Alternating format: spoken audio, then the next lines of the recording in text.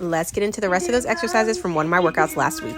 If you saw part one, you know I focused a lot on starting with diaphragmatic breathing, connecting to my core and my pelvic floor, and then I started progressing to a little bit more advanced bar and Pilates style movements. I hear it a lot that moms have a difficult time prioritizing their exercise, doing their pelvic floor exercises with small children, especially with babies, and this is just one way that I like to add our little one into my exercises. And this is something I've done with all three of our kiddos, and I think that it helps to integrate them into the exercises and your routine of working out, because now our older kids don't know any different. Yes, they'll usually be climbing over me, or they'll join me, or they'll be running around me, but they know that it is part of the routine. So after I did a little bit more glutes, I made sure that I went to stretch both hamstrings, calves, quads, hip flexors, the whole nine, especially because I knew the kind of bar workouts that I was about to go into. And remember, it's always important to have both mobility and stability. Decided to move more into the bar exercises, so went into that wide sumo squat and progressed to coming up onto both tippy toes and really working on those inner and outer thighs, those glutes, calves,